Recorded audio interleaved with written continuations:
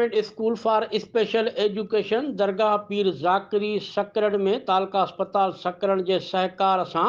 Medical superintendent doctor इम्तियाज़ चांडियो और doctor Mansoor Qureshi की निगरानी हेठ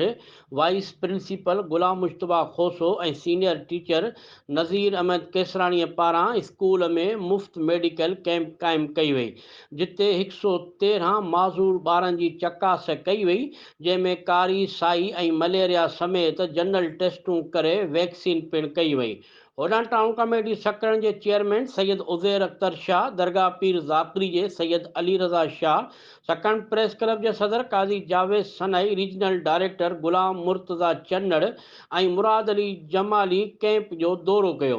इन मौके ते हिननि मीडिया से ॻाल्हाईंदे चयो त government school for special education जिते पढ़ाई में नुमाया किरदार अदा करे रहियो है, उते ॿारनि की तालीम और उन्हनि जी बहितर तरबियत समेत संदुनि सेहत जो ख्याल रखी इंसानियत जो अज़ीम मिसाल कायम कयो आहे। हिननि चयो त ख़ुशकिस्मती आहे जो स्पेशल ॿारनि जूं टेस्टूं हेसी ताईं निगेटिव अची रहियूं आहिनि।